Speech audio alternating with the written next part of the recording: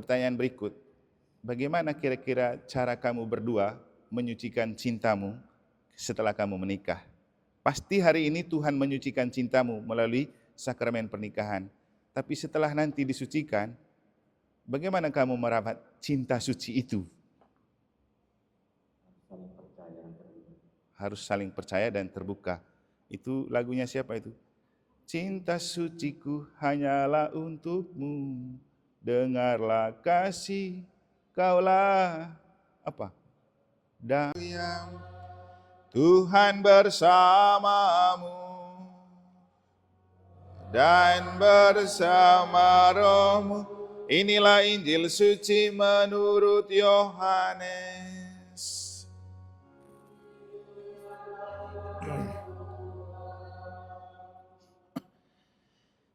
Pada hari ketiga ada perkawinan di Kana yang di Galilea dan ibu Yesus ada di situ.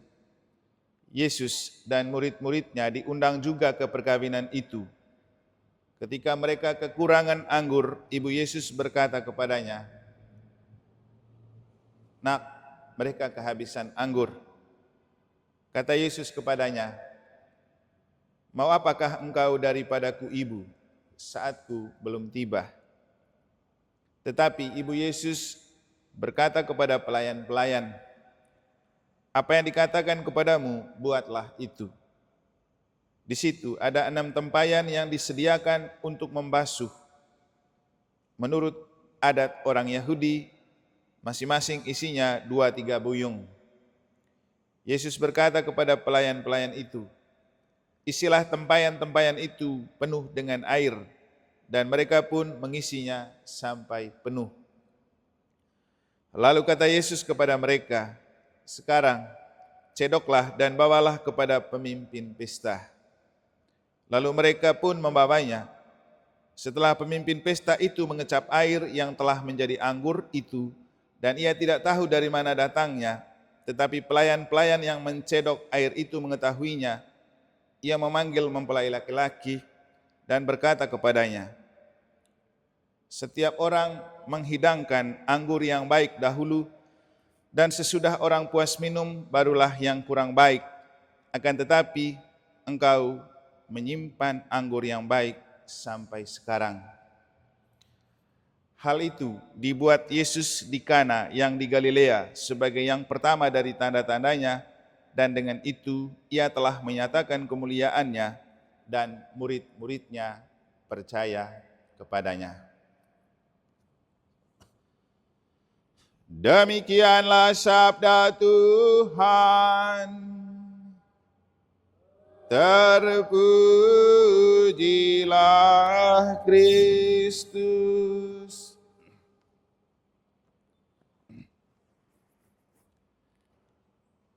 Anton dan Maria, Bapak Mama saksi, orang tua, keluarga, Bapak Ibu saudara-saudari, juga teman-teman OMK yang saya kasihi dalam Tuhan. Tadi pagi kan Injil tentang orang-orang Saduki bertanya kepada Yesus tentang status seorang istri yang menikah dengan 7 orang laki-laki adik kakak. Nanti kalau semuanya sudah mati, siapa yang akan jadi suami dari satu istri itu yang waktu hidup punya 7 suami? Yesus bilang, itu pikiran bodoh, karena setelah mati tidak ada lagi kawin dan dikawinkan. Lalu kemudian tadi pagi saya menceritakan ulang cerita yang diceritakan oleh Romo Lorenz Mariono waktu orang-orang dari negara datang antar saya. Dia tanya kepada mereka, "Kamu tahu bedanya antara kawin dan menikah?" Lalu mereka semua pada bingung. Lalu Romo Laur bilang, kawin itu pakai otot, nikah itu pakai otak. Kawin itu pakai urat, nikah itu pakai surat. Lalu waktu saya upload khotbah itu, ada teman-teman dari timur yang berkomentar begini, "Romo, kalau di timur kawin itu, nikah itu pakai masuk minta, kawin itu pakai minta masuk." Benar itu, Anton. Kita di timur kan kalau mau nikah harus masuk minta. Tapi kalau kawin, minta masuk kan? Karol, benar itu kan? Sudahlah, daripada kita berdebat tentang apa itu kawin masuk minta atau minta masuk, saya mau tanya Anton dan Maria. Saya tidak mau tanya kamu kawin untuk apa, karena sudah terbukti dan teruji. Sudah ada anak toh. Sekarang saya mau tanya, setelah kamu punya anak dan sudah kawin, sekarang kamu mau minta nikah, kamu menikah untuk apa? Nah, frater, arahkan itu barang ke mereka nih. Saya mau tanya Anton dan Maria. Kamu mau menikah untuk apa? Sudah enak-enak kawin kan, masih mau nikah lagi. Untuk apa? Oh, itu. Mulai dari siapa ini Maria? Mulai dari kau atau mulai dari Anton? Anton ya, karena dia yang minta masuk pertama ya. Ya Anton. Untuk disucikan cinta kami berdua. Untuk disucikan cintamu berdua. Nah, Maria kayaknya agak berkeberatan tuh. Atau menurut Maria setuju supaya disucikan karena selama ini cintamu kotor ya. Oke. Pertanyaan berikut. Bagaimana kira-kira cara kamu berdua menyucikan cintamu setelah kamu menikah? Pasti hari ini Tuhan menyucikan cintamu melalui sakramen pernikahan. Tapi setelah nanti disucikan, bagaimana kamu merawat cinta suci itu? Harus saling percaya dan terbuka. Itu lagunya siapa itu? Cinta suciku hanyalah untukmu, dengarlah kasih, kaulah apa? Dambaanku.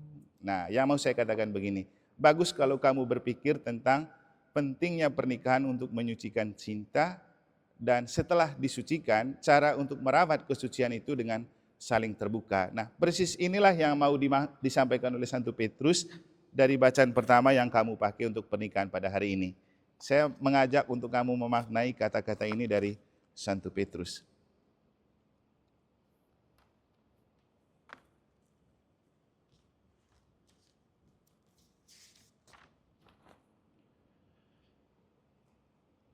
Perhiasanmu janganlah secara lahiriah, yaitu dengan mengepang-ngepang rambut, memakai perhiasan emas, atau dengan mengenakan pakaian yang indah-indah. Tetapi perhiasanmu ialah manusia batiniah, yang tersembunyi dengan perhiasan yang tidak binasa, yang berasal dari roh yang lembut dan tentram, yang sangat berharga di mata Allah. Itulah perhiasan utama dari pernikahan, yang kalau dalam lagu-lagu nostalgia yang profan, kira-kira begini dia bahasanya.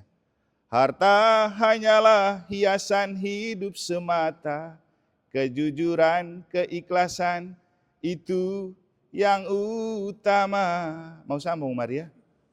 Jangan kau taburi cinta dengan permata, tetapi hujanilah dengan kasih sayang. Nah, kamu ingat lagu pengantar antar bacaan dari kornya OMK tadi apa?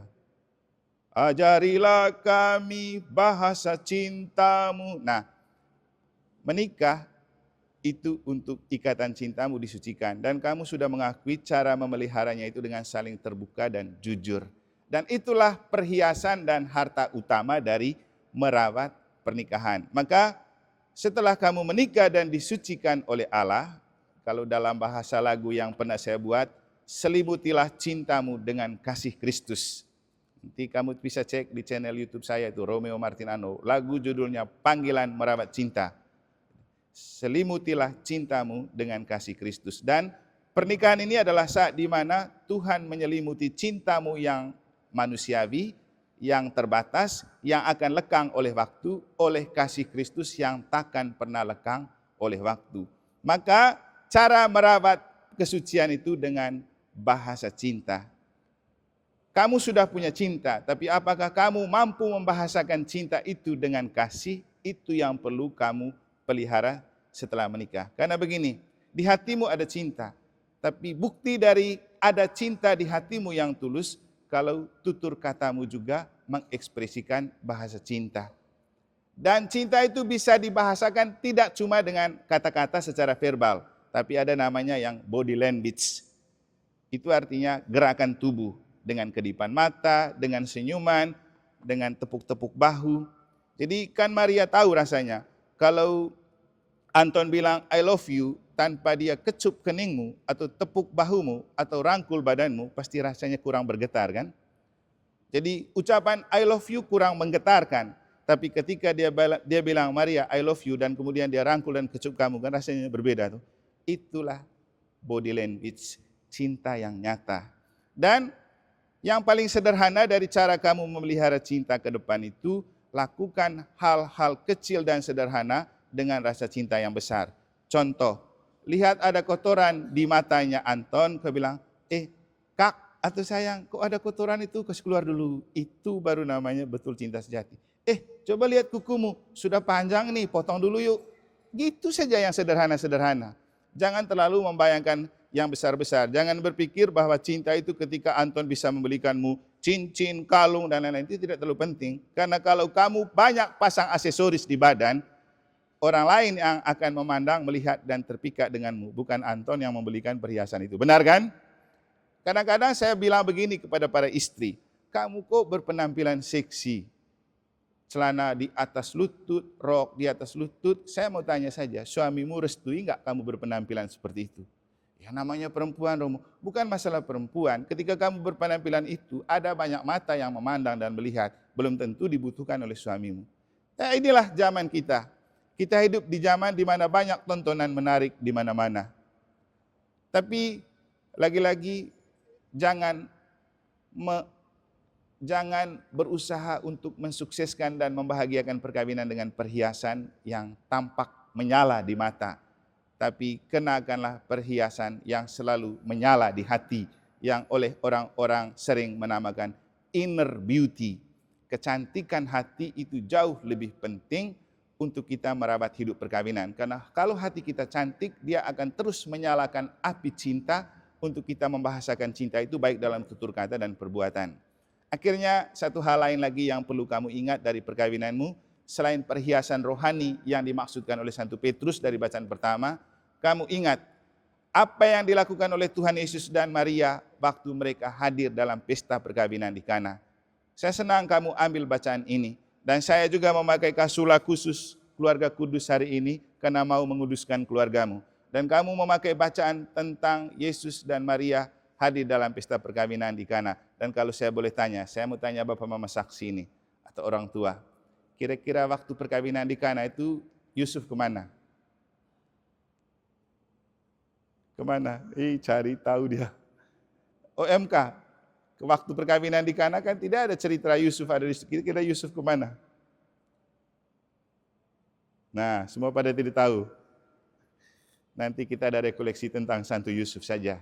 Tapi yang ingin kita mau lihat, Yusuf itu katanya mati muda saat sudah melahirkan Yesus. Tidak ada banyak cerita tentang Yusuf karena memang dia mati muda. Tapi kalau kita lihat patung keluarga kudus, di tangan kanan Yusuf itu ada siku karena dia tukang kayu, di tangan kirinya itu ada bunga, simbol cinta kepada istri dan anaknya.